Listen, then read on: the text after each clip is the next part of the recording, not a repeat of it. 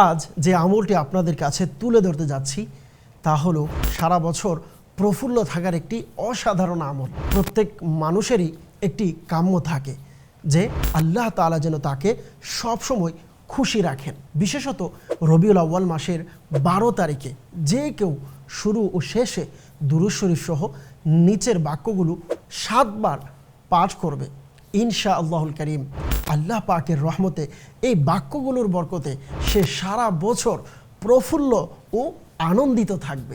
সেই মোবারক বাক্যগুলো কি কি?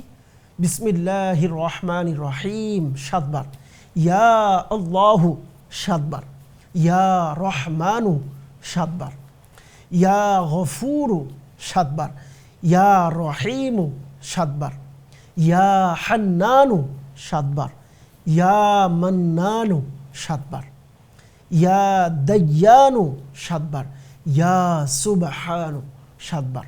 বিশেষত 12ই রবিউল আউয়ালের দিনে যে কেউ এই মুবারক বাক্যগুলো 7 বার করে পাঠ করবে, আল্লাহ পাকের রহমতে সে সারা বছর প্রফুল্ল থাকবে।